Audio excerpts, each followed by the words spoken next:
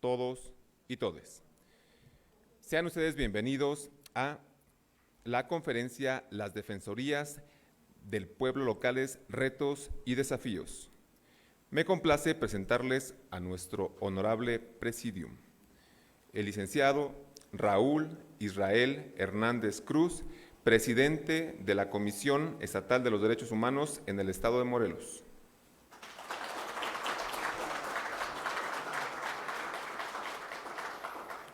Asimismo, es menester mencionar que es presidente de la Federación Mexicana de Organismos Públicos de Derechos Humanos. También me complace dar la bienvenida al doctor Guillermo Escobar Roca.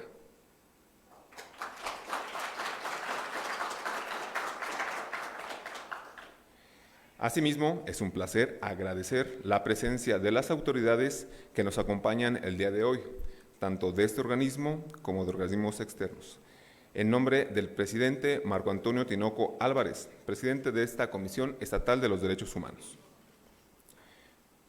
Me permito cederle el uso de la voz al licenciado Raúl Israel Hernández Cruz, quien nos brindará unas palabras de bienvenida.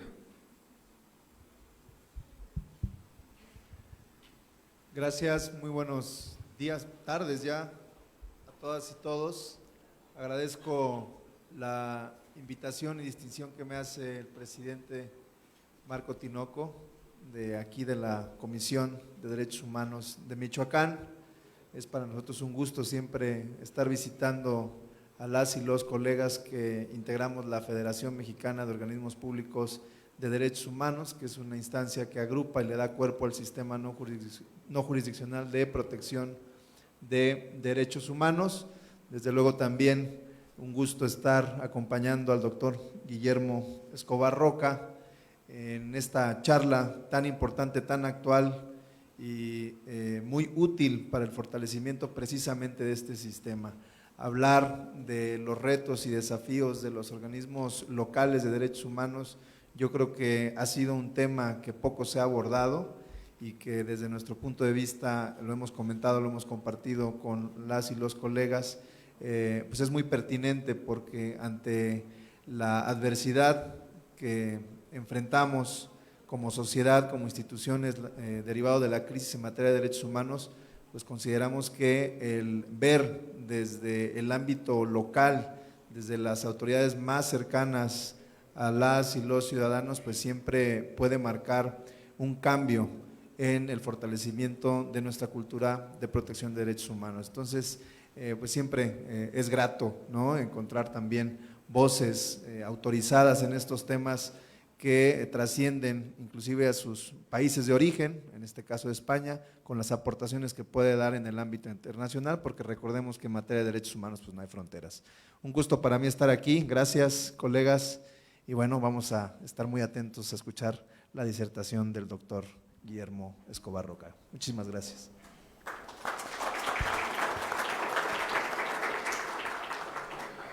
Previo a la lectura de la semblanza curricular de nuestro ponente, me permitiré señalar que el mismo tendrá un tiempo de 40 minutos para disertación libre y si así usted lo considera, doctor, podrían ser 10 minutos también para preguntas y respuestas. Ahora le cedo el uso de la voz a mi compañera Gabriela Ávila, quien realizará la lectura de la semblanza curricular de nuestro honorable disertante. Muy buenas tardes, me complace presentarles el día de hoy a Guillermo Escobar Roca, doctor en Derecho por la Universidad de Alcalá, máster en Prácticas Jurídicas por el Centro de Estudios Financieros. Desde 1993, profesor titular de Derecho Constitucional de la Universidad de Alcalá. En el 2013 y en el 2019, director de su Departamento de Ciencias Jurídicas del 2004 al 2009, magistrado suplente de la Audiencia Nacional. Ha dirigido 21 proyectos con presentación estatal. También figura del Ombudsperson, ha publicado 150 artículos sobre estas y otras materias, 10 libros como autor y 33 como coordinador y editor. Me complace y es un gusto.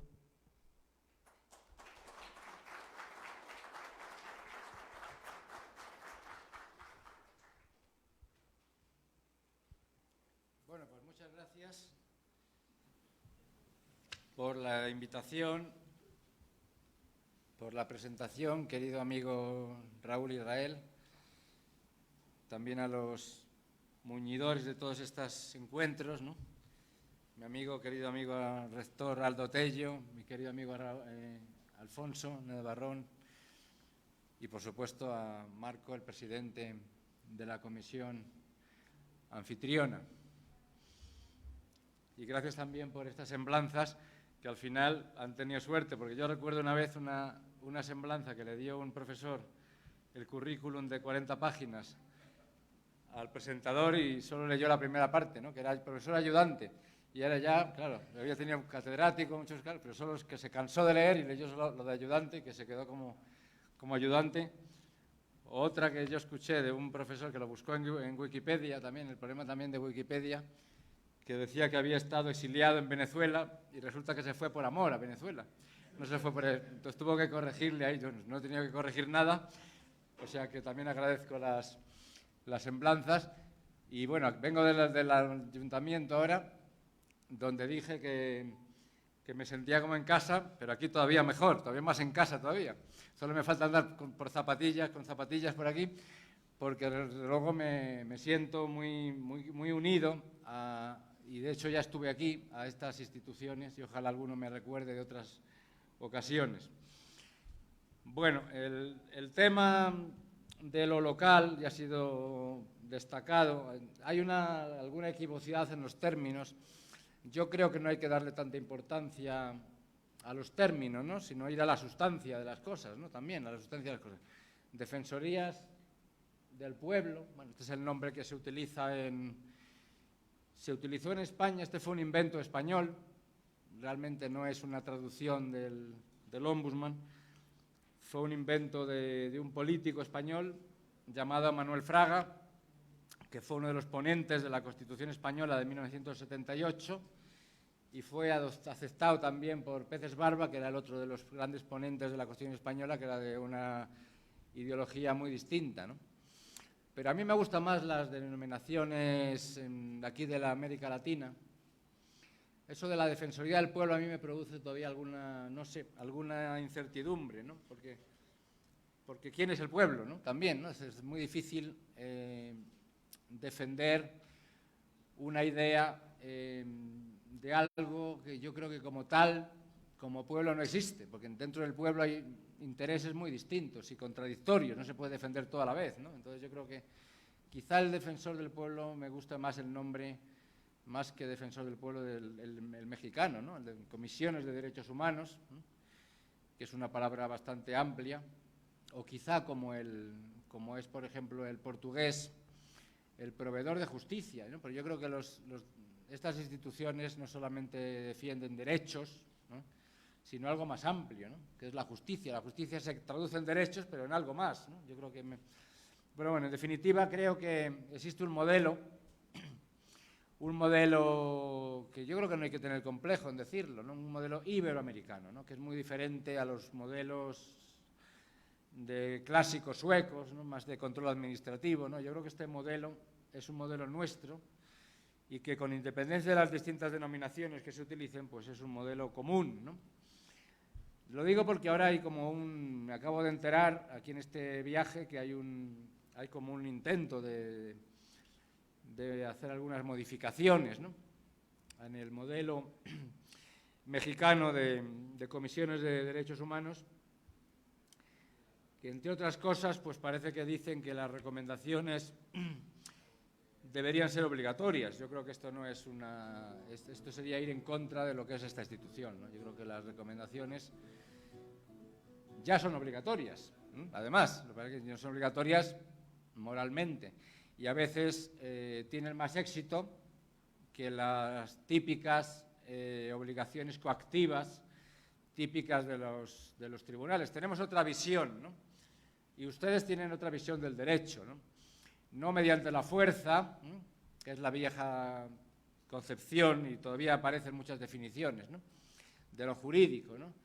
Sino mediante las razones, ¿no? Y las razones son más fuertes muchas veces que la coacción típica del mundo jurídico. Por eso yo creo que hay que reivindicar lo que es nuestro, lo que nos caracteriza, lo que es la esencia, ¿no?, de nuestro trabajo, que es el razonamiento, ¿no?, basado en derechos, en convencer y no imponer, ¿no?, no imponer razones. Hay una norma que a mí me gusta mucho, ¿no?, que nosotros no la tenemos, ¿no?, en la Constitución mexicana, que es la obligación de explicar, de motivar, creo que dice la Constitución, de motivar al poder público que no acepta una recomendación, ¿no? Es el obligar, ¿no?, el obligar no a cumplir, pero sí al menos a responder, porque el problema que tenemos muchas veces es que nos falta democracia, y la democracia no es que uno habla y otro habla después y otro habla después, no, la democracia es que hablamos juntos y escuchamos unos a otros y respondemos sobre la base de lo que han dicho los anteriores. Eso es la democracia, ¿no? Entonces, el problema que tiene a veces el poder, que se siente demasiado soberbio, ¿no?, y que no nos responde, ¿no? Yo creo que si el Ombudsman le está dando razones, qué menos que obligarla a responder también con razones, ¿eh? Creo que eso es una innovación importantísima de la Constitución mexicana y que ustedes tienen que aprovechar, ¿no? Hay que aprovechar, ¿no? Así como otra innovación interesante, importante, que está dando muchos frutos de la Constitución mexicana que no tenemos en España, es la acción de inconstitucionalidad, ¿no? Yo creo que esto es un instrumento muy importante, clave, ¿no?, para que nuestras instituciones sirvan también como depuradores, diríamos, del ordenamiento jurídico, ¿no? Cuando siempre hay el ordenamiento jurídico está lleno de normas, seguramente estará lleno de normas inconstitucionales, pero nadie se da cuenta, ¿no? Creo que el Ombudsman está despierto, ¿no?, para cubrir esos huecos, ¿no?, de problemáticas que están en la misma ley y que nadie ha sabido encontrar, ¿no?, que puedan ser inconstitucionales. Y ya hemos estado, precisamente estoy haciendo ahora un estudio de la que yo animo siempre a participar en nuestras investigaciones, ¿no?, a todos ustedes, ¿no?, el estudio de las acciones de inconstitucionalidad que han sido exitosas en México por iniciativa de las comisiones estatales de derechos humanos.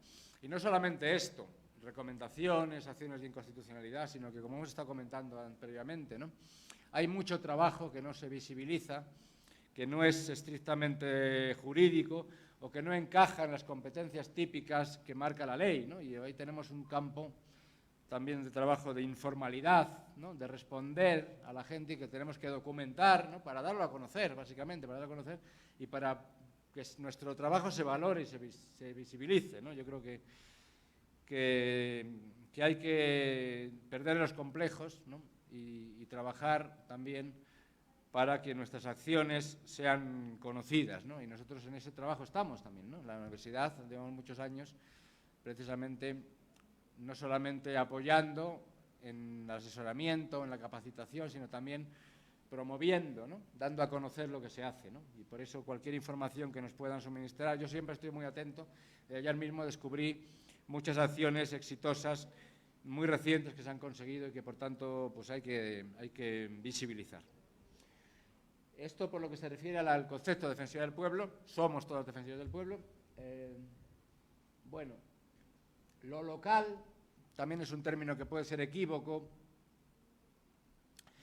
En España, bueno, es el mismo idioma, pero a veces las palabras cambian, ¿no?, en los contextos, ¿no? En España más bien lo local es lo que tiene lugar en el ámbito de la ciudad, ¿no?, o del municipio, ¿no?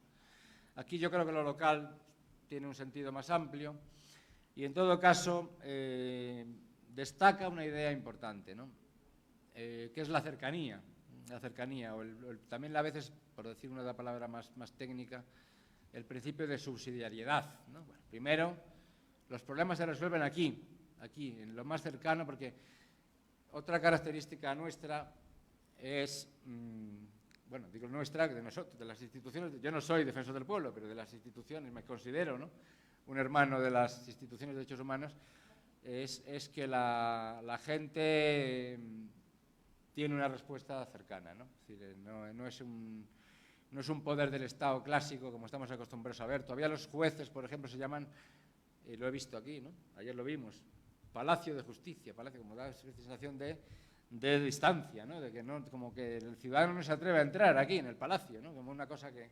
No, las defensorías están abiertas y dialogan, ¿no?, y esto se hace a nivel local, ¿no? Por eso una propuesta que traemos es bueno, por proponer que no quede, ¿no? Y desde luego una propuesta abierta al debate y la discusión, ¿no? con todos ustedes, que existan unas defensorías en cada municipio, ¿no? Para que pueden ser perfectamente oficinas delegadas de las comisiones estatales, ¿no?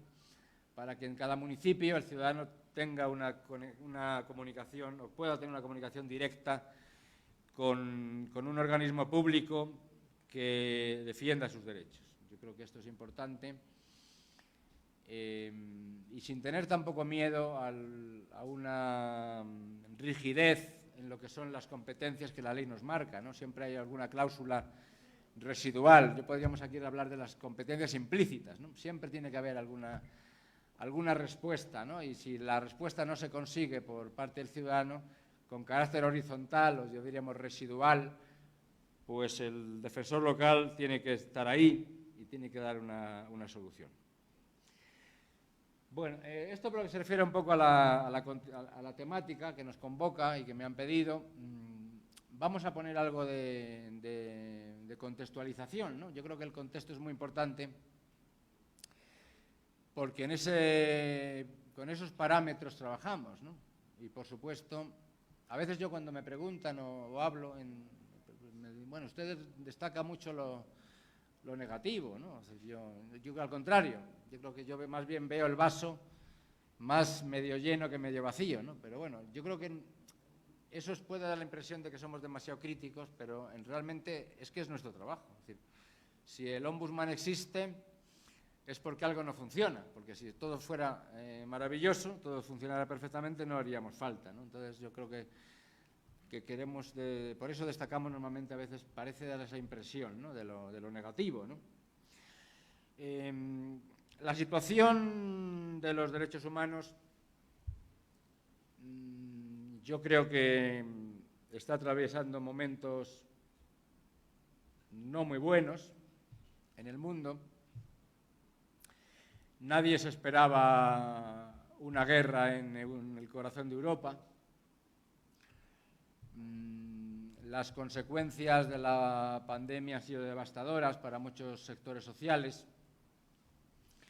Hay una retirada de los países, diríamos, más avanzados en parte de África y de Asia. Está claro, en el caso de Afganistán es significativo, ¿no? La salida de los Estados Unidos. Y hay un dato muy curioso, ¿no? Que casi nadie sabe en relación con esta situación de violación masiva de los derechos humanos en algunos países asiáticos, ¿no? Y africanos, ¿no? Y es que Afganistán ha ratificado casi todos los tratados internacionales de derechos humanos, ¿no?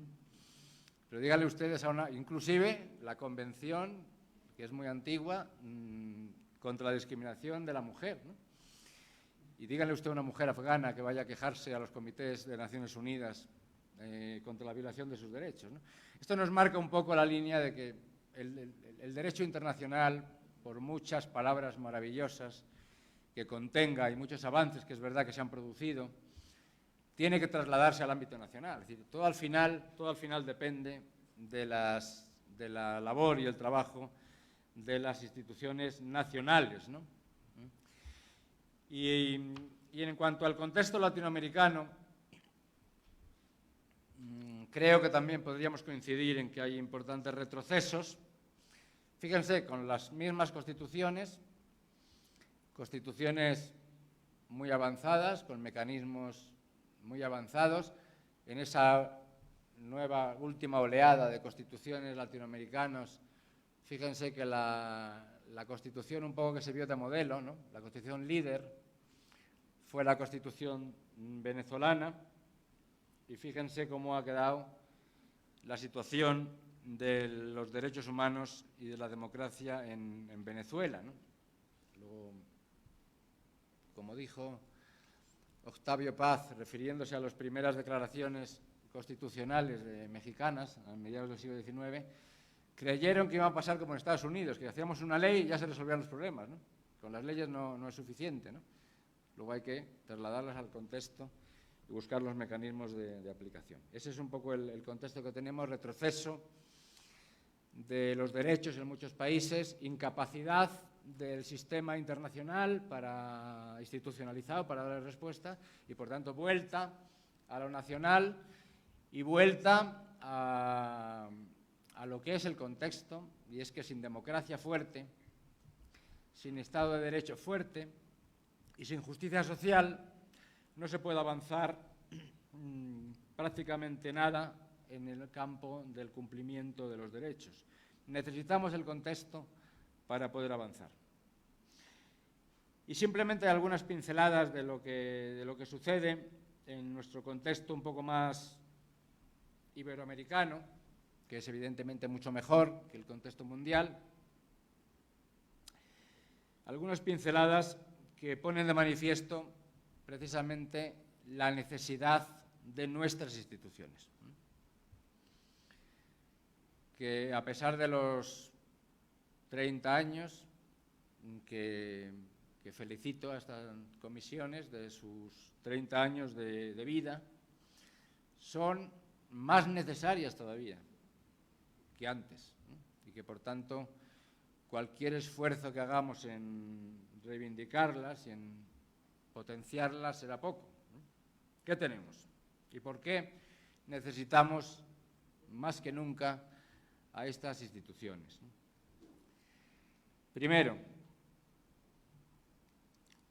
seguimos teniendo una dependencia excesiva de la concepción jurídica de los derechos humanos. Y cuando digo jurídica, más bien quería decir jurídica legalista, tradicional, ¿no? Como que todavía cuesta a nuestros interlocutores, nuestros hermanos en el diálogo, que son los juristas, les cuesta ver esa visión un poco más abierta, ¿no? Que las leyes se pueden cambiar y que las leyes se tienen que interpretar de conformidad con la Constitución y con el derecho internacional de los derechos humanos. Esto como que todavía cuesta, ¿no? Y es cuestión de tiempo y de años, y el Ombudsman da una visión distinta, ¿no? Una visión distinta, ¿no? Parte, y tiene que partir, obviamente, de lo que dice la norma, ¿no? Pero tiene que trascenderla, ¿no? Tiene que leerla de otra manera, y confrontar la norma con las aspiraciones de la justicia, ¿no? Esto no siempre, o casi muy raramente, es apreciado en la práctica diaria de la comunidad jurídica. En segundo lugar, tenemos una visión todavía predominante demasiado liberal individualista, yo diría, liberal individualista. Es verdad que los derechos humanos surgen en un marco de una concepción liberal individualista, ¿no? Son hijos de las revoluciones burguesas de finales del siglo XVIII. ¿Que hay que mantener esa concepción? Sin duda, pero hay que renovarla y abrirla a la visión colectiva, una visión mucho más colectiva, no desde la visión abstracta, formalista de la libertad, sino de la libertad en el contexto de la falta de libertad y, sobre todo, de la desigualdad en el ejercicio de la libertad. Entonces tenemos que, no digo trastocar, sino sí matizar, actualizar la concepción clásica de los derechos humanos, y eso el Ombudsman lo sabe hacer muy bien, ¿no? Es decir, incorporar una idea muy vieja, pero que nunca se toma en serio, como es la universalidad real de la libertad. La libertad tiene que ser igual y efectiva para todos. Yo creo que tiene que precisamente uno de los trabajos, de los campos, y eso lo ponemos de manifiesto cada año en los informes de la Federación Iberoamericana del Ombudsman, con un apartado especial sobre esta temática, es el único órgano del Estado que se preocupa en la práctica, y lo hace muy bien, ¿no?, de la situación de las personas, yo creo que es mejor hablar personas, ¿no?, en situación de vulnerabilidad. Es decir, es una visión de la igualdad que en resumen nos quiere decir: a las personas hay que tratarlas igual si son iguales, pero desigual si son desiguales, y esto también forma parte de sus derechos. Es decir, no hay que tratar cuando hay personas que necesitan un trato diferente hay que dárselo, porque si no, no van a poder ejercer sus derechos en condiciones iguales a las demás personas, ¿no? Luego, nueva visión de la libertad, que tiene que ir de la mano siempre de la igualdad. En tercer lugar, tenemos una administración pública que sigue siendo demasiado formalista, demasiado burocrática, demasiado legalista, y que muchas veces no entiende que tiene que estar al servicio de la ciudadanía y que los servicios públicos que prestan no son servicios discrecionales que puede dar o no, dependiendo a quién se los dé, dependiendo que uno grite más o que sea más amigo, sino que son derechos de la ciudadanía. Yo creo que esa visión de la Administración predomina todavía bastante en nuestros países y el Ombudsman le dice, no, es que esto no es una cuestión que se pueda usted saltar o discutir, no, es que es una cuestión que implica obligaciones que la ciudadanía puede exigir, inclusive a nivel financiero, ¿no? Porque muchos de los derechos que la ciudadanía reclama exigen fondos públicos y, por tanto, los presupuestos públicos también tienen un componente de exigibilidad. Tiene que haber un mínimo para que la ciudadanía pueda disfrutar de sus derechos. Tenemos, en tercer lugar, unos jueces que no siempre son suficientes para la satisfacción de los derechos de la ciudadanía, sobre todo porque hay muchos filtros, ¿no? Por mucho que digamos que efectivamente existe un derecho de acceso a la justicia, los filtros culturales, económicos sobre todo, y que hay muchas cuestiones que difícilmente se pueden solucionar en el marco demasiado rígido de los procesos ante los tribunales, ¿no? De hecho, hay un fenómeno poco estudiado todavía, que aquí en México es bastante potente, pero que no se ha tampoco estudiado desde la óptica de los derechos, que es el crecimiento de organismos autónomos, ¿no? Que no son judiciales y que tampoco son típicamente administrativos, cuya principal función es vigilar el cumplimiento de los derechos, ¿no? Como puede ser el acceso a la información pública, la protección de datos o la veracidad de la información, ¿no? Son cuestiones que son difícilmente justiciables y que suelen ser objeto de vulneraciones estructurales que los jueces, con su visión más formalista, más del litigio individual, pues difícilmente pueden solucionar, ¿no? Y tenemos, en ese contexto, que bueno, que yo sé que es negativo y pesimista, yo solamente estoy poniendo lo más negativo, ¿no? Para justificar su trabajo, ¿no? Evidentemente no todo es negativo, ¿no? Estoy solamente acentuando lo negativo, ¿no? Tenemos una clase política o un sistema democrático parlamentario, y no estoy hablando de México, estoy hablando de todos nuestros países, ¿no? Una democracia, yo diría, demasiado representativa, es decir, que es poco participativa, ¿no? Como que los parlamentarios, una vez que llegan al ejercicio del cargo, se olvidan de la ciudadanía hasta las próximas elecciones, ¿no? Nos faltan correas de transmisión entre nuestros representantes y nuestros ciudadanos. Y yo creo que sin esa correa de transmisión, la democracia no funciona, ¿no?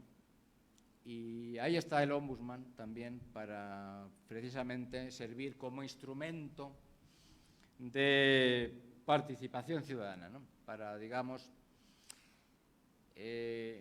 romper esa cerrazón que tiene una explicación teórica, histórica, que no es el momento de analizar, de la democracia representativa, ¿no?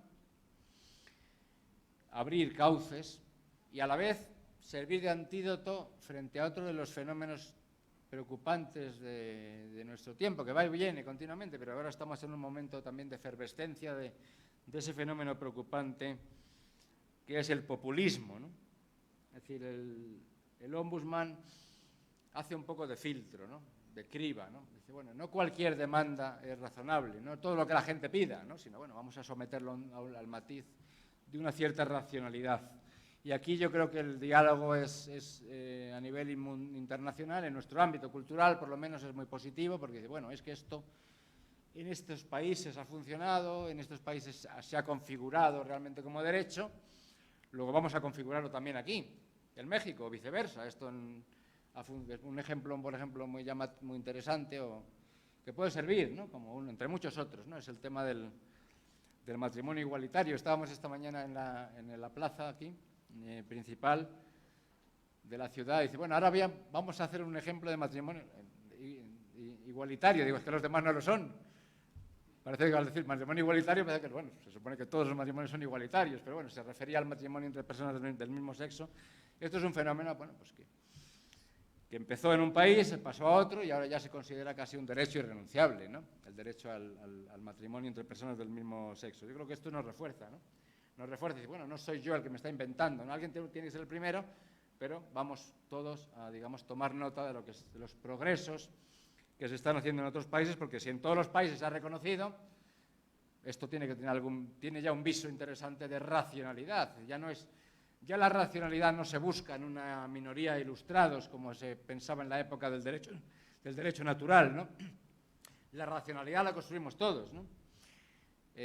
Los académicos, los intelectuales, si es que queda alguno, pero también la sociedad, de la mano, ¿no? De la mano. Yo creo que el ombudsman es muy importante porque tiene contacto con la sociedad, porque recibe las quejas de la sociedad y a la vez tiene preparación, tiene formación y puede someter las demandas de la ciudadanía al filtro de su racionalidad a la hora de construir nuevos derechos y de emplear el catálogo de los derechos, cosa que a la clase política le cuesta mucho, ¿no? Siempre los derechos se han construido casi siempre sobre la base de la lucha, de la reivindicación, de abajo arriba, ¿no? Y yo creo que el ombudsman tiene esa capacidad para construir esa nueva lista de los derechos y que evidentemente no es estática, sino que hacemos entre todos cada día. Bien, este es un poco el contexto que quería poner de manifiesto. Es un contexto nuestro, iberoamericano. Estos problemas se repiten en todos nuestros países y que siguen justificando la importancia del ombudsman porque no se han solucionado, ¿no? No se han solucionado. ¿Y cuáles son las propuestas? Pues, bueno, me voy a tomar la libertad de comenzar con un comentario de unas propuestas de mi buen amigo aquí presente, Raúl Israel, porque resulta que coincidimos plenamente en ellas. Y desde luego esto me alegra porque estamos en la misma línea, ¿no? Los académicos que nos hemos dedicado durante tiempo a pensar, ¿no?, sobre esas instituciones y los que las viven desde dentro, y creo que la autorreflexión es muy positiva, ¿no? Aquí tenemos también otros amigos que han reflexionado y han escrito sobre su trabajo, ¿no? Y eso creo que es muy positivo, porque es muy difícil desde fuera, ¿no?, conocer el funcionamiento real, ¿no? Y nosotros nos tenemos que esforzar, los académicos, para... A veces tengo problemas y se enfada alguno porque pregunto demasiado, ¿no? O sea, si estuviera aquí más días preguntaría a todos ustedes aquí, bueno, cosas, ¿no? Porque, bueno, este señor lo quiere saber todo. No, es que necesitamos información de primera mano para también poder hacer nuestras propuestas. Bien, Raúl Israel propone algunas cosas, no lo voy a explicar. Esto está publicado en un libro editado por la CNDH, cuya recepción debo a la amabilidad de mi querido amigo Alfonso, que siempre me pone en antecedente de las novedades, ¿no? Instrumentos de control de los poderes públicos, darnos cuenta de esto, que somos un control distinto, ¿sí? Pero somos un instrumento de control. organismos cercanos a la ciudadanía, por supuesto, que defiendan, ya lo hemos dicho, el derecho a una igualdad real, plena y efectiva. El tema de las entidades privadas, bueno, ya he dicho que no hay que ponerse estupendo con demasiado exigente y estricto con lo de las competencias, ¿no? Mañana, bueno, no, ya va a ser demasiado sufrimiento para ustedes, mañana voy a dar otra conferencia, no va a hacer falta que vengan con los jueces y les voy a decir esto, ¿no? Es decir, el principio de legalidad de la administración pública fue un invento del Estado liberal del siglo XIX, ¿no? Cuando la administración era un peligro para los ciudadanos. Y, bueno, la ley nos da una garantía. Bueno, cualquier afectación a la libertad o a la propiedad tiene que venir respaldada previamente por una norma de rango de ley, que es el Parlamento, ¿no? El Parlamento es un poco, en aquella época, es digamos, lo que a la burguesía arranca, el Estado burgués del siglo XIX, frente a la administración, que venía de otra época, con otra mentalidad, de la monarquía, ¿no? Entonces, esto es la reserva de ley, primero, y el principio de legalidad. Esto, en ese contexto actual, hay que matizarlo, porque la administración es un enemigo, sigue siendo, por supuesto, ya es democrática, pero sigue siendo de alguna manera un enemigo porque es muy grande, es muy burocrática. Aunque sea democrática por su origen, tiene, digamos, todavía residuos autoritarios, ¿no? Pero también la administración es amiga, porque nos da las prestaciones sociales, ¿no? Y los derechos sociales se transforman básicamente en prestaciones de la administración pública, ¿no? Y ahí nos rige el principio de legalidad. No es tan importante el principio de legalidad. Si usted me quiere dar un derecho, no le voy a exigir que previamente ese derecho esté reconocido en una norma con rango de ley. Mejor, pero no es obligatorio, porque estábamos viendo cómo la administración se excusa muchas veces para no cumplir con los derechos por la ausencia de ley. Yo creo que esto hay que repensarlo, ¿no?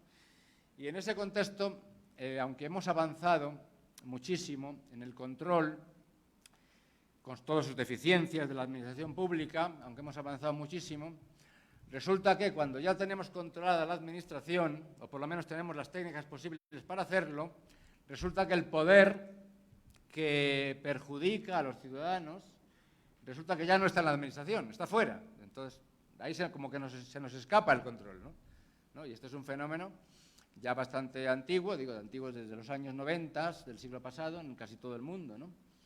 Una retirada del Estado, ¿no? Como grandes servicios públicos que nos daban a todos por lo menos una cierta igualdad en la satisfacción de las necesidades básicas, como es el agua, la electricidad, el gas, las telecomunicaciones, pues han sido privatizados, ¿no? Entonces, lógicamente, el Ombudsman tiene que estar donde hay problemas de vulneración de derechos. Debería importar poco si proceden del ámbito de lo público o de lo privado, ¿no? Entonces, buscar fórmulas imaginativas, ¿no?, para dar solución también a estas cuestiones, porque si hay una vulneración de derechos por parte de particulares, la administración pública está obligada también a dar una respuesta y, por tanto, podemos entrar en el problema a través del control de la administración, que debería haber controlado al ente privado. Yo creo que es una fórmula que se está utilizando en otros países y no ha planteado problemas, ¿no? Y sigo con comentarios a las propuestas de mi querido amigo Israel. Un tema también que él plantea, para que esto sea un diálogo, además no le estoy provocando porque estoy a favor de todo lo que dice, o sea que no, pero bueno, por lo menos para que dar a conocer también las conclusiones y propuestas de mi querido amigo. El tema de las recomendaciones generales es muy importante, ¿no? Recomendaciones generales, porque ¿qué tenemos? Que muchos problemas que se pueden solucionar con las dificultades, ¿no?, propias de este contexto en el ámbito judicial, al final son parches, ¿no? Son soluciones de casos aislados. Con un buen abogado se puede conseguir, a lo mejor, que un juez consiga la reparación de un caso. Pero el problema de fondo no se resuelve, ¿no? Porque igual que ese caso hay otros cientos de casos iguales o miles de casos iguales, ¿no? Y esto los jueces lo tienen muy difícil para ir a la raíz de los problemas, ¿no? Porque la raíz de los problemas no es jurídica muchas veces, sino que es económica, política, ¿no?, institucional, ¿no?, estructural, sistémica. La Corte Interamericana hace trampa con esto, porque partiendo de casos individuales, que son los que pueden llegar a la Corte Interamericana, casos individuales con nombres y apellidos, así tienen nombres de las sentencias, ¿no? Con nombres y apellidos de personas concretas, dan el salto. Dice, bueno, hemos detectado que este problema que plantea este señor en un país X, pues es un problema general en el país. Y dan el salto de pronto de lo particular y dice, efectivamente, se ha violado el derecho de esta persona y hay que indemnizarlo, pero a la vez hacemos una serie de medidas estructurales, lo que llaman fallos estructurales. Esto realmente la Corte, para que vean ustedes que no tienen problema de competencia, la Corte no tiene competencia para hacerlo y nadie le ha puesto problemas. Luego ustedes también, que además la tienen la competencia, pueden y deben saltar de lo individual a lo general. ¿Qué problema se plantea? ¿Cómo demostramos que este problema individual es general, ¿no? Pues ustedes tienen los datos, ¿no? Ustedes tienen los datos estadísticos, porque aquí llega, bueno, si es que hemos recibido 1000 quejas iguales, ¿no? Bueno, ahí tienen la prueba de que este problema ustedes lo pueden demostrar, ¿no? Cosa que los jueces no lo pueden demostrar, ¿no? Y ni tienen competencia para ello. Entonces, ustedes, yo creo que el tema de las recomendaciones generales, que por cierto, no sé si en las comisiones estatales se llama así, la CNDH sí tiene una parte de las recomendaciones que se llaman así por ley, recomendaciones generales, ¿no? Yo creo que esto es muy importante, precisamente para evitar que los problemas se enquisten e ir a la raíz de los problemas, ¿no? De los problemas que lo cual conlleva un importante trabajo de campo y de investigación, ¿no? Ahí yo creo que las universidades tienen que ser aliados importantes porque necesitan información, necesitan investigadores que pongan de manifiesto, revelen con datos objetivos que estos problemas son problemas estructurales y que, siendo estructurales, deben tener una respuesta también estructural, lo que aquí llaman las recomendaciones generales, ¿no? También Israel propone procedimientos claros de actuación de los ombudsman, uniformes. Yo creo que aquí podemos trabajar, ojalá, ¿no? Pudiéramos colaborar nosotros también en procedimientos que facilitaran el trabajo, ¿no? Sobre la base de la experiencia de todas las comisiones. Las multas,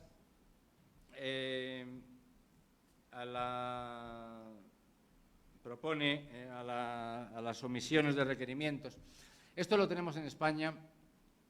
Me sorprende que en México no lo tenga. No sé si no lo he entendido bien en la propuesta. En España, la no respuesta a una solicitud del defensor del pueblo, a una solicitud de información, básicamente, ¿no? Es un delito. Está previsto como delito en el Código Penal y casi nunca se ha utilizado, muy poco. No creo recordar que en 2 o 3 ocasiones nada más, en más de 30 años, ¿no? Pero la mera amenaza ya, es decir, cuando ya la administración pública tiene que responder, porque lo que intentamos hacer es un diálogo con la administración pública, ¿no? Cuando no responde nada, pues ya la segunda carta, el defensor del pueblo de España pone, se le amenaza, ¿no? se le recuerda que existe el artículo X del Código Penal y ya cuando ven el Código Penal ya inmediatamente responden, ¿no? O sea que esa posibilidad la tenemos y bueno, pues si se puede modificar o mejorar en la legislación mexicana, mejor, porque qué menos, aunque sea por educación, ¿no? Que nos respondan, ¿no? Cuando nosotros estamos requiriendo una información a la administración. Bueno, hay otras propuestas, les recomiendo la lectura de este trabajo del presidente de su federación y añadiríamos alguna otra, pero no por desarrollarlas demasiado, sino simplemente por completar, ¿no? Lo que ya se ha dicho muy bien y introducir elementos para la reflexión, el diálogo que ahora tendremos, ¿no? Y que pueden ser las siguientes, como retos, desafíos, propuestas, ¿no? Además de las señaladas. Que no quiere decir que no estén ya resueltas, ¿no? Se está hablando desde una perspectiva más general, a lo mejor ya estas propuestas no son necesarias, porque se han cumplido, ¿no? En primer lugar, mejorar la comunicación con la ciudadanía, ¿no? esto es clave, ya la tenemos, ¿no? Aquí el riesgo del defensor del pueblo es la democracia de identidad, ¿no? Que esto es peor. Hay muchas concepciones de la democracia. Una es la democracia representativa, que nosotros, yo creo que es insustituible. La democracia representativa hay que actualizarla, mejorarla, matizarla, excepcionarla, pero creo que es insustituible. Y el otro polo, muy peligroso, otro peligro, que tiene que ver con el populismo, es la democracia de identidad, ¿no? Es decir, que alguien, una sola persona, suele ser, se erige como representante del pueblo, una sola persona. Es decir, nos olvidamos de que la sociedad es plural, ¿no? El líder populista apela a una imagen idílica del pueblo, ¿no? Habla del pueblo en general, el pueblo. Entonces, bueno, ¿el pueblo quién es? El pueblo está lleno de personas con intereses distintos y contradictorios, ¿no?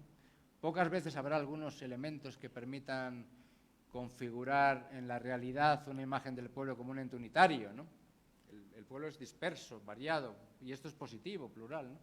Pero el riesgo es que el defensor del pueblo diga, yo soy el pueblo, yo represento al pueblo, ¿no? Entonces, esto es un riesgo permanente, ¿no? Que tiene que estar siempre abierto a las iniciativas y a las inquietudes, y esto es muy difícil si no se organiza institucionalmente, ¿no? Por ejemplo, un mecanismo que funciona bastante bien es el mecanismo uruguayo. En Uruguay, que es la última defensoría del pueblo que se creó en el continente, tiene un mecanismo institucionalizado, ¿no? Cada una vez al año hay una asamblea, se llama así, Asamblea Nacional de Derechos Humanos, donde, mediante un procedimiento objetivo, todas las grandes organizaciones de derechos humanos del país se reúnen en público con la Defensoría del Pueblo y debaten y dan a conocer sus propuestas, ¿no? Es decir, yo creo que la publicidad y la apertura del procedimiento es importante, porque al final hay que seleccionar, ¿no? Es inevitable seleccionar, ¿no?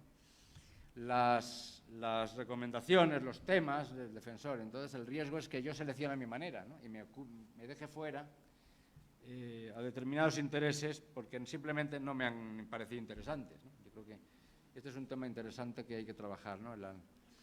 El mejorar, abrir, institucionalizar inclusive la comunicación con la sociedad, ¿no? Que nos va a dar la legitimidad también a la institución, ¿no? Nos va a dar la legitimidad, ¿no? Desde luego, aquí yo sé que hay críticas, seguramente en muchos casos infundadas, a la labor de la Comisión Nacional, sobre todo, ¿no? Precisamente por esto, ¿no? Porque bueno, hay demandas que no son procesadas por la institución y otras demandas que son procesadas y no deberían serlo. Yo creo que ese tema de la admisibilidad, ¿qué temas elegimos? Es un tema importante y que debería hacerse más participativo, ¿no? Otra propuesta posible para la reflexión es el tema de la argumentación, ¿no? Yo creo que la clave es verdad que hay muchas otras cuestiones que el Ombudsman hace, que no son recomendaciones y que, como digo, hay que visibilizar, ¿no? Pero yo creo que lo que más nos identifica como institución son las recomendaciones, ¿no? Yo creo que aquí yo créanme que me he leído cientos de ellas, de muchos países, ¿no? Y todavía yo creo que hay algunos que les cuesta argumentar bien, ¿no? En derechos humanos, ¿no? Yo creo que muchas veces, pues porque el personal cambia, ¿no? De las defensorías, a veces es bueno, a veces es malo. A veces, cuando llevan muchos años, como es el caso, por ejemplo, de España, que nunca han despedido a nadie, llevan 35 años, a veces algunos en el mismo sitio, en la misma silla, 35 años.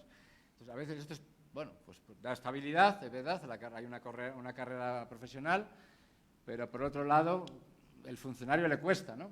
Actualizarse, cambiar, ¿no? A veces tiene unas rutinas, ¿no?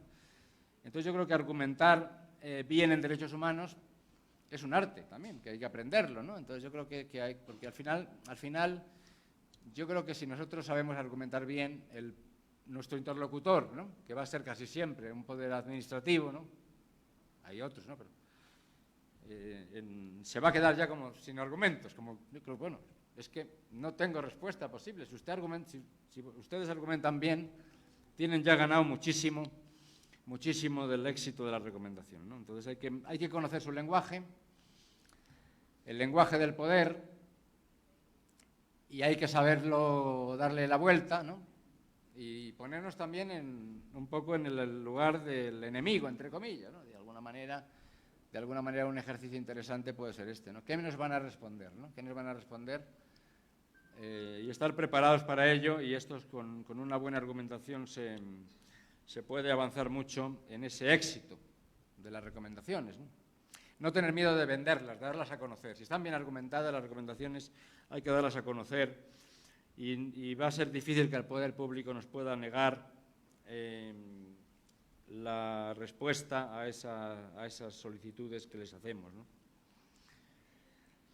En tercer lugar, yo creo que también es verdad que hay perfiles más institucionales que otros,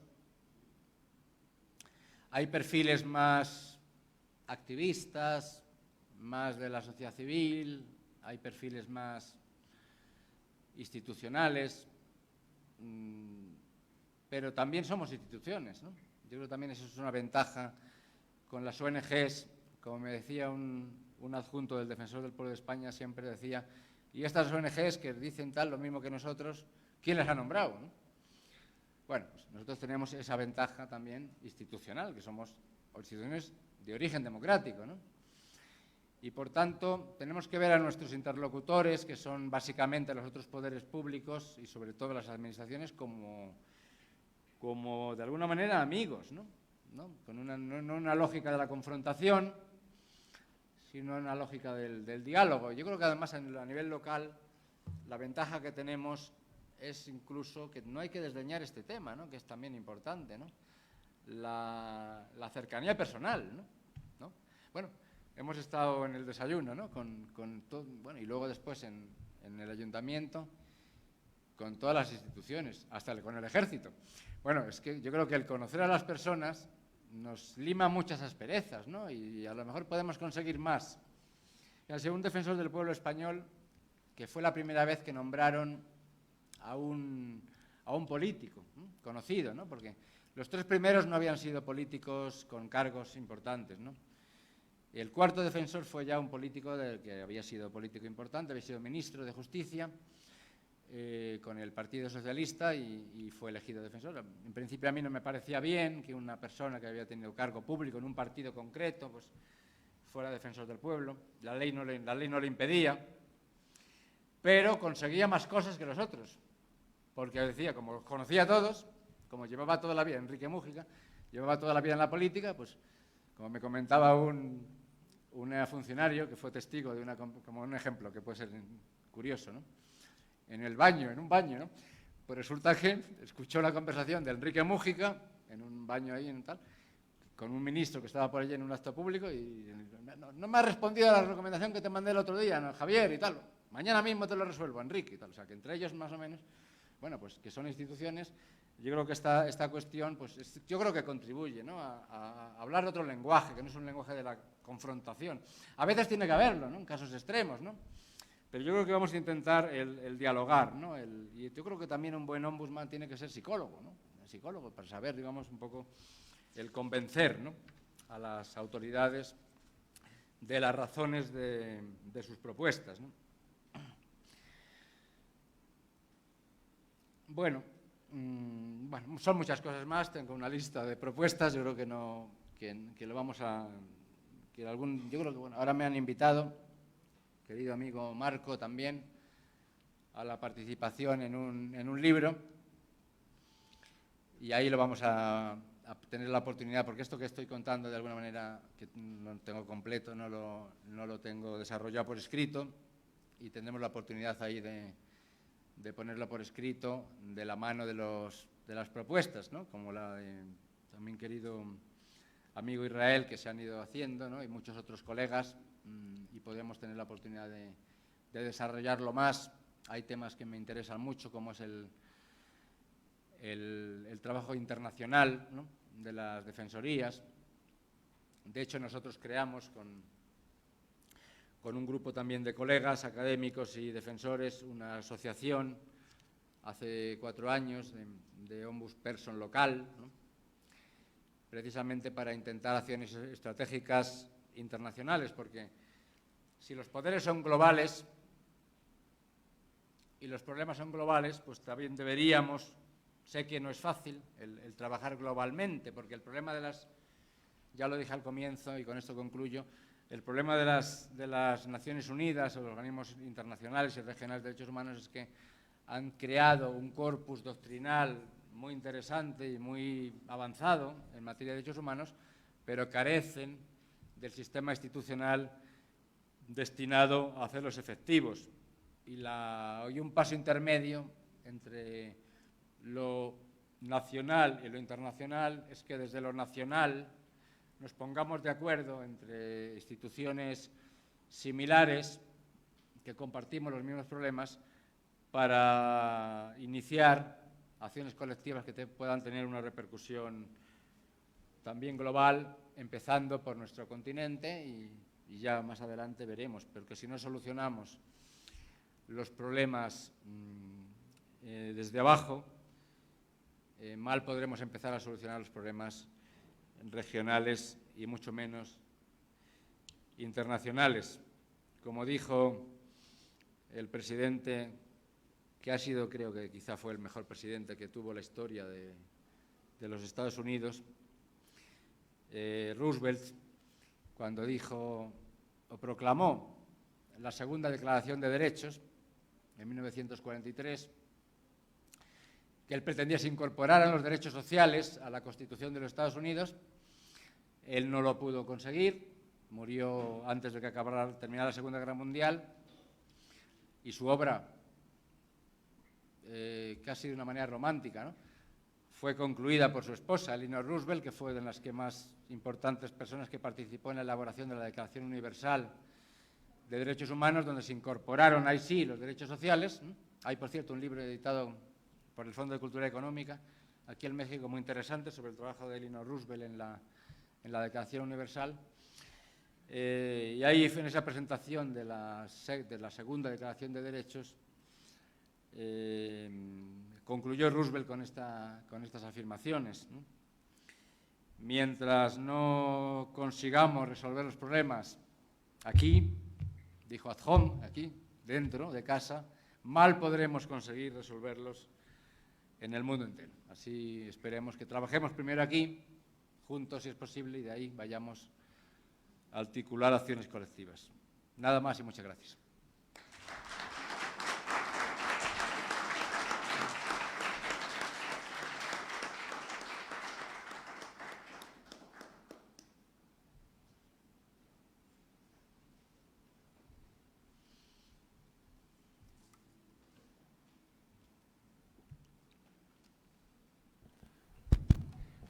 Agradecemos mucho la interesante disertación del doctor Escobar Rocha. A continuación, se abre la sesión de preguntas y respuestas que quisiera realizar el auditorio el día de hoy.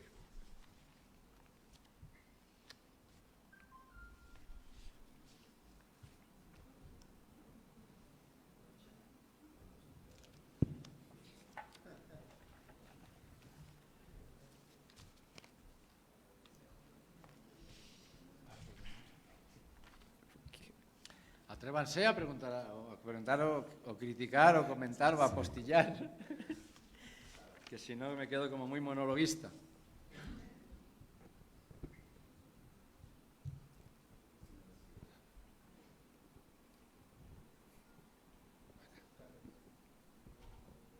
Perdón, buenas tardes. Mi nombre es Abraham Salazar. Buenas tardes, doctor.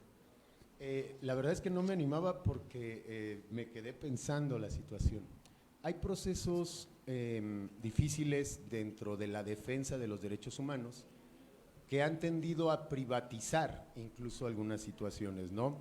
No es el único ámbito, la seguridad ha tendido a privatizarse, hay muchos autores hablando de esta situación. Uno de ellos, en la defensa de los derechos humanos, sería qué papel vamos a tener los abogados, específicamente la ciudadanía en general, desde la participación ciudadana y de qué manera la van a alentar. Digo, los abogados han creado defensorías públicas sociales, las personas han creado organizaciones, pero ¿dónde vamos a hacer realmente coyuntura en esta nueva visión colectiva? ¿Dónde vamos a arreglar aquello que la educación no ha podido arreglar y el derecho ha tenido que contener? Si ha visto usted algún ladrillo específico donde podamos construir nosotros. Ojalá me haya dado a entender. Gracias.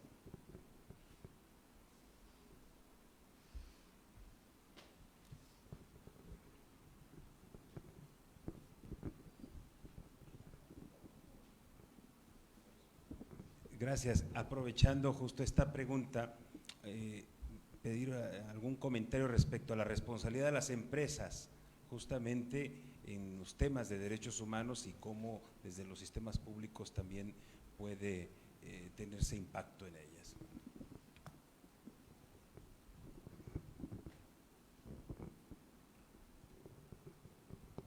¿Alguna otra pregunta? Bueno, con independencia de que luego haya poder haber otras, ¿no? Si podemos ir, bueno, no contestando, sino sí dialogando, ¿no? Yo creo que dialogando con las cuestiones que se han suscitado. No he entendido bien la pregunta de Adrián, ¿no? Adrián Salazar. Abraham. No he entendido bien la pregunta. De la privatización yo creo que ya dije algo, ¿no? Es decir, el tema, al final el trabajo del Ombudsman encaja muy bien con la naturaleza propia de lo que es la idea constitucional, ¿no? Del control, del poder, ¿no?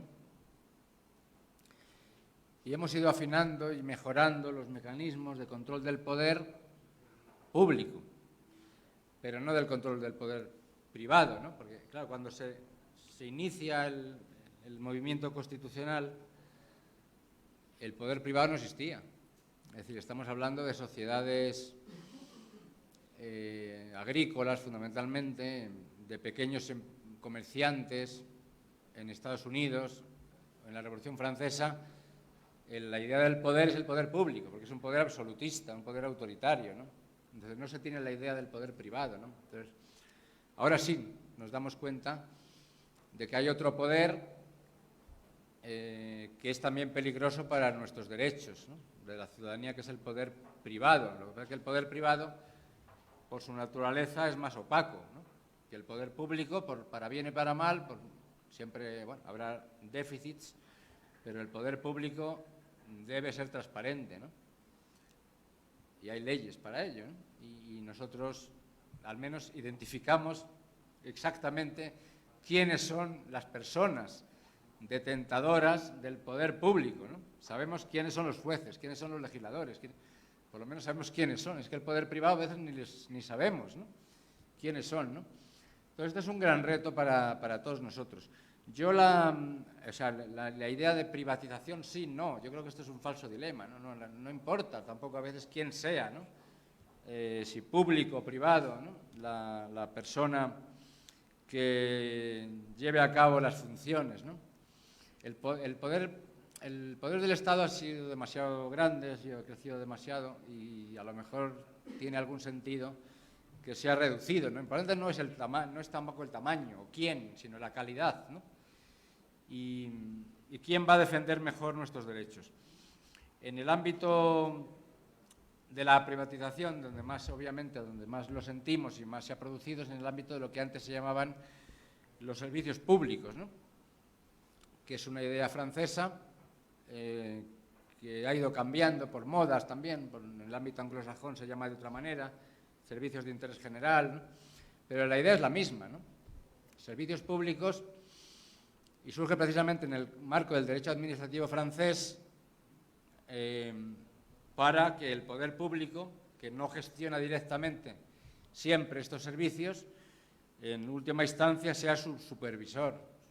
decir, quien es el responsable de la garantía última de los derechos es el Estado, ¿no? Otra cosa es que en primera línea o a nivel directo sean empresas particulares, pero siempre tiene que estar el Estado vigilando que los derechos que están detrás de estos servicios se cumplan correctamente, ¿no? Y eso pues plantea nuevos retos para el derecho administrativo y para el trabajo de las instituciones de derechos humanos, ¿no? Porque quedarían muy cojas si no pudieran intervenir en los ámbitos que antes eran públicos y ahora son privados, ¿no? Y que en definitiva son los que más inciden en la vida diaria de las personas, ¿no? Y también hay que, por cierto, hay que aprovechar y cambiar el nombre de las cosas, ¿no? Porque a veces creo que impacta más y puede tener mejores consecuencias, ¿no?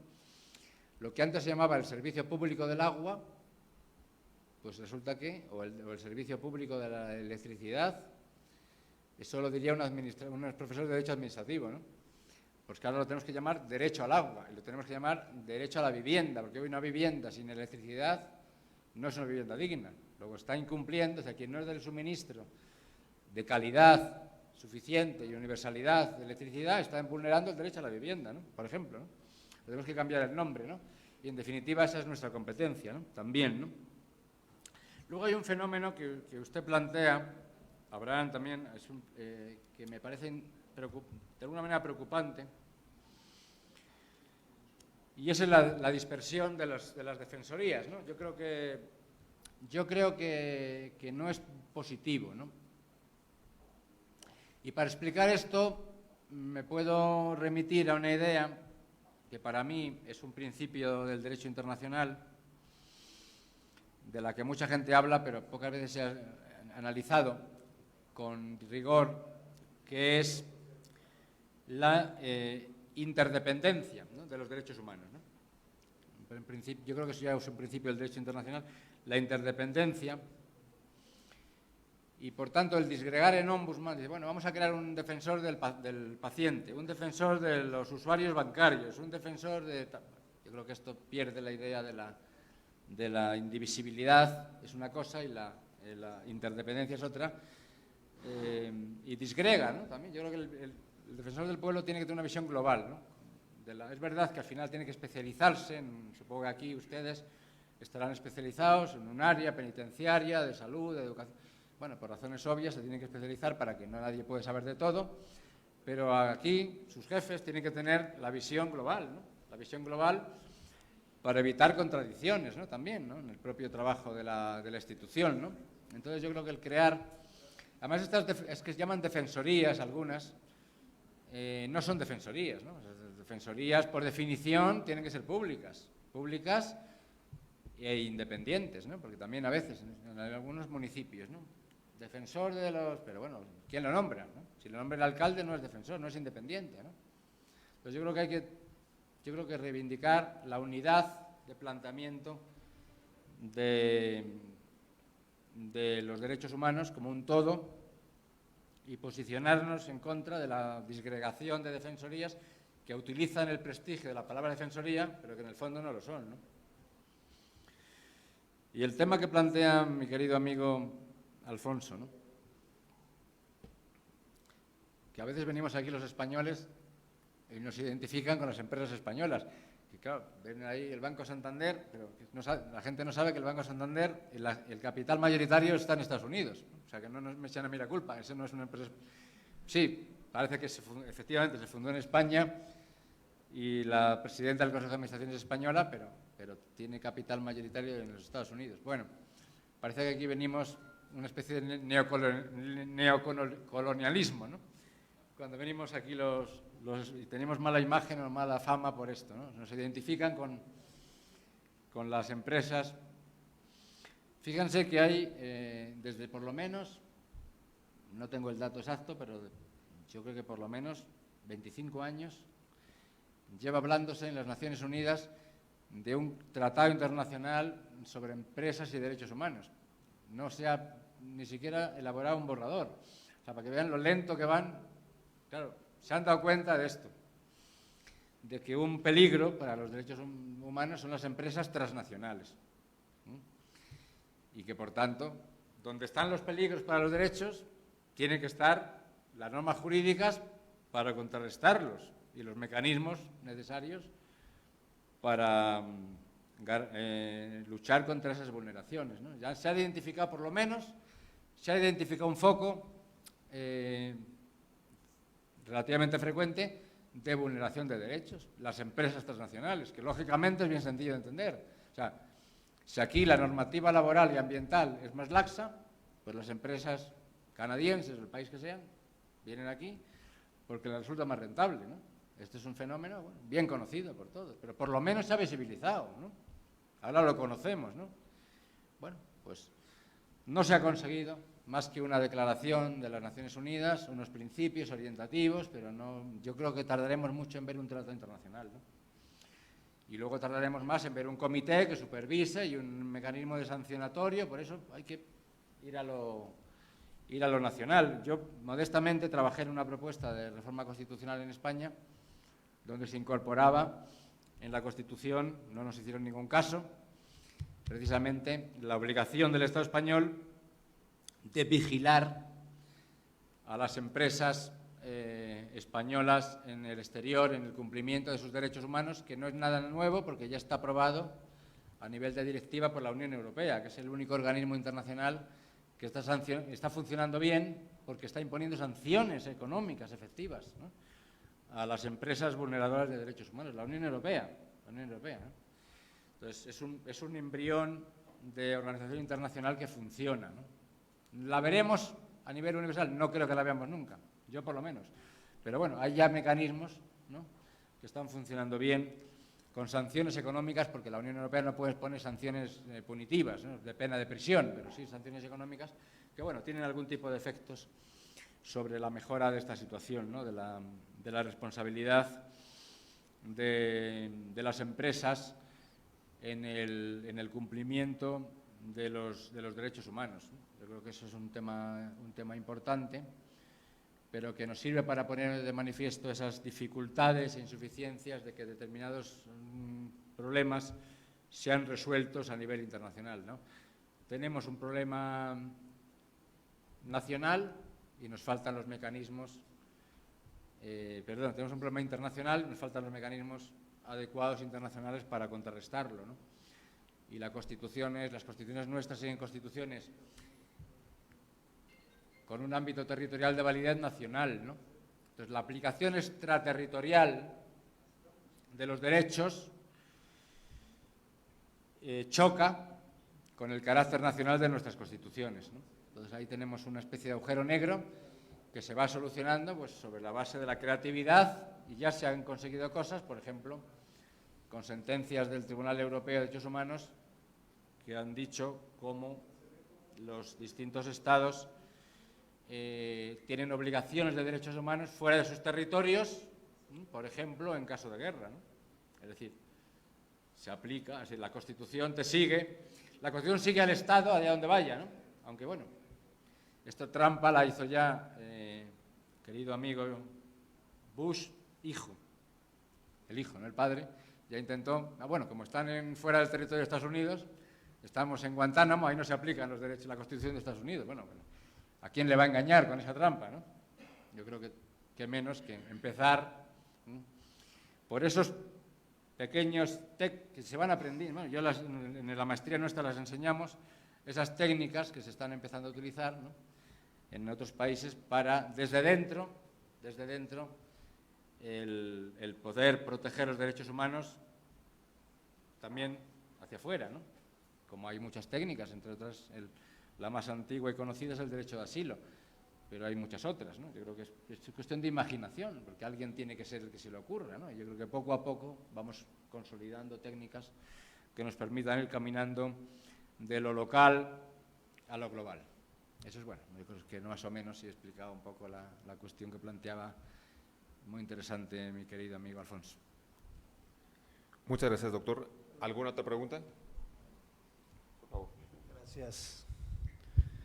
Bueno, en principio, reconocer y agradecer la claridad de la exposición del doctor Guillermo Escobar sobre los retos y desafíos que presentan las comisiones de derechos humanos, pues no nada más en México, sino en nuestra región. Y yo quisiera, si ustedes me lo permiten, referirme a este planteamiento que haces, Alfonso, y del que se ocupó también Guillermo en su segunda oportunidad de contestación, en torno a la responsabilidad que tiene de alguna manera el Estado derivada de violaciones a derechos humanos entre particulares. Les quiero compartir que en mi estado, en Morelos, hace un par de años, el obispo de Cuernavaca, en una misa, dijo que la pandemia era un castigo de Dios por el aborto y los homosexuales. Un grupo de activistas fueron a la Secretaría de Gobierno a solicitar una intervención, ¿no? Y la Secretaría de Gobierno no hizo caso de esta reclamación, acuden a la Comisión de Derechos Humanos solicitando la intervención, la investigación, que se pues dijera que esto era un discurso de odio que no tenía cabida, ¿no?, en un Estado democrático, en la lógica, por supuesto, de derechos humanos, ¿no? Cuestión que es por demás obvia. Nosotros intervenimos y emitimos una recomendación no en contra del obispo, dado que es una autoridad pues no formal, sino más bien de carácter eclesiástico, pero sí responsabilizamos al Estado por haberse mantenido neutral y no asumir una postura de rechazo, lo cual significaba estar de alguna manera de acuerdo, consentir o validar ese tipo de discursos, cuando que conforme a la legislación federal y a nivel local en nuestro país se tiene competencia en las relaciones con las instituciones religiosas en la demarcación territorial que corresponda.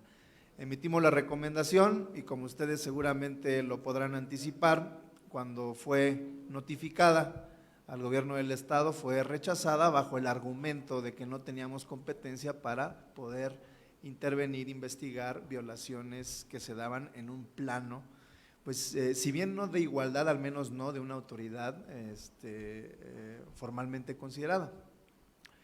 Y bueno, esto además de que desencadenó y agudizó una situación que enfrentamos ahí en Morelos, y tuve una discusión sumamente álgida con el secretario de Gobierno porque pues me echaba en cara que cómo era posible que me hubiera atrevido, que hubiera tenido el exceso de ejercer una competencia que no estaba en la Constitución ni a nivel federal, ni a nivel local, ni en nuestras leyes. Y ahí, pues más allá de las subjetividades de lo que se habló en esa reunión, nos fuimos a la parte jurídica porque en el análisis de este caso encontramos con que precisamente el Estado mexicano hizo una consulta en la década de los 80 a la Corte Interamericana de Derechos Humanos, en los 90, cuando reconoce la competencia contenciosa, le pregunta el Estado mexicano a la Corte Interamericana cuál es la responsabilidad que se tiene como Estado mexicano frente a las violaciones de derechos humanos entre particulares, y la Corte se pronuncia en el sentido de que existe esa responsabilidad indirecta en cuanto que es al Estado, lo que decía el doctor Guillermo, el que de alguna manera condiciona las normas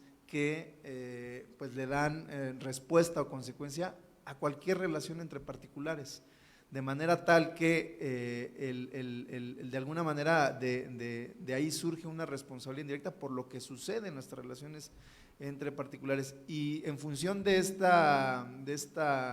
análisis, digamos, le hemos entrado también a violaciones entre particulares, por ejemplo, en escuelas privadas, ¿no? Porque de alguna manera, además de que la educación es una responsabilidad del Estado, es un derecho social, las escuelas privadas y lo que sucede en ellas, las violaciones que se dan, por ejemplo, en casos de bullying, pues las instituciones educativas privadas actúan con la anuencia del Estado y en esa medida deben de ser responsables de lo que pasa ahí. Lo mismo ha sucedido en el conocimiento de violaciones entre particulares derivadas del transporte privado, ¿no? De cuando hay una persona, por ejemplo, un adulto mayor que es atropellado y no responde el taxi, ¿no? En caso de que haya sido, porque no tiene seguro, por lo que sea, responsabilizamos al Estado y hacemos que le dé una respuesta a la persona afectada por esa violación entre particulares. Le hemos entrado también a casos de conflictos entre condóminos, también le hemos entrado a ese tipo de temas, y sí ha habido esta defensa de todas las autoridades de que no tenemos competencia, pero creo que se puede construir, porque al final de cuentas se trata de lo que se conoce en la doctrina como el efecto útil de los derechos fundamentales. ¿De qué nos sirve tener libertades? ¿De qué nos sirve tener derechos de seguridad jurídica, derechos de seguridad social, derechos sociales en general, si no existieran garantías que estuvieran ahí para hacerlos efectivos, para llevarlos a la realidad? Otros también, gente autorizada en estos temas, pues le hablan del derecho constitucional concretizado, ¿no? Creo que eso es justamente la dinámica del ombudsperson, es decir, que todos aquellos derechos que están en la Constitución garantizados o reconocidos, en la realidad se hagan efectivos, se concreten y se puedan hacer o conseguir este efecto útil. Porque muchas veces también se suele, sobre todo y queda en el discurso político, en el discurso retórico, el artículo primero constitucional, y siempre decimos de la reforma del 2011 en materia de derechos humanos que vino a revolucionar todo el sistema, pero bueno, como que se ha vuelto un lugar común y no reparamos en la importancia que esto tiene, porque el artículo primero, a raíz de la reforma, no nada más se limita a reconocer los derechos humanos a todas las personas que estamos en el territorio nacional, que estén reconocidos tanto en la Constitución como en los tratados internacionales. También habla de que ese reconocimiento que tenemos todas las personas es por cuanto a las garantías para hacerlos efectivos, y la institución del ombudsperson a nivel nacional y a nivel local, pues es precisamente esa garantía de protección no jurisdiccional de las violaciones, cualquiera que ésta sea, en materia de derechos humanos. Sin dejar de también mencionar que la Convención Americana de Derechos Humanos, por ahí del artículo 31 o 32, establece que las personas, no las autoridades, tenemos deberes para con la familia, con la sociedad y con la humanidad. Entonces sí se puede construir muy bien la competencia de las comisiones para entrarle a los casos de violaciones entre derechos humanos, porque vuelvo aquí también con lo que mencionó, la reflexión que hizo al inicio el doctor Escobar, en cuanto a que somos un mecanismo de control social, pero que no excluye a todos los demás, sino que viene a complementar, y que estamos orientados ¿a qué? A otro principio y derecho constitucional, también derivado de la reforma, que es la reparación integral de los casos de violaciones a derechos humanos, ¿no? Entonces yo creo que como quiera que esto se consiga, sea por la vía civil, la vía penal, la vía administrativa, la vía política, la vía constitucional, que es en donde a mí me gusta ver ubicada a la institución del ombudsperson, ¿no? Porque al final de cuentas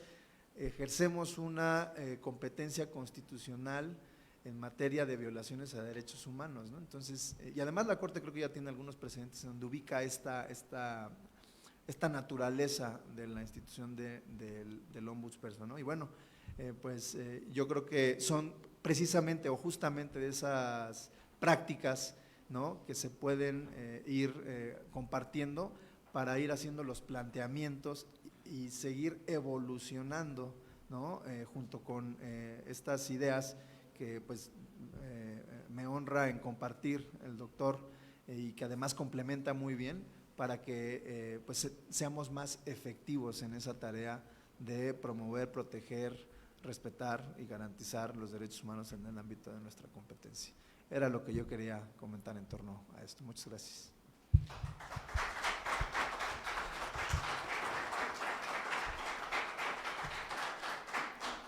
Muchas gracias, señor presidente.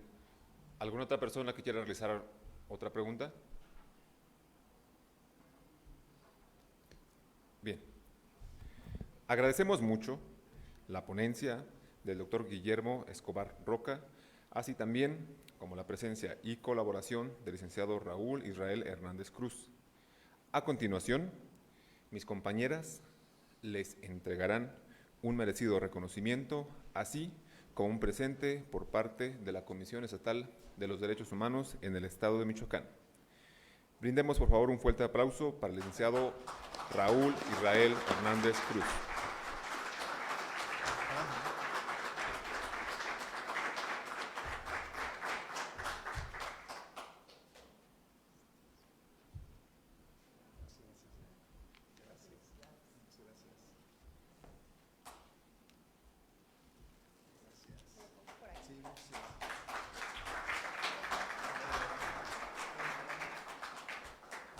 Asimismo, la entrega de reconocimiento para el doctor Guillermo Escobar Roca.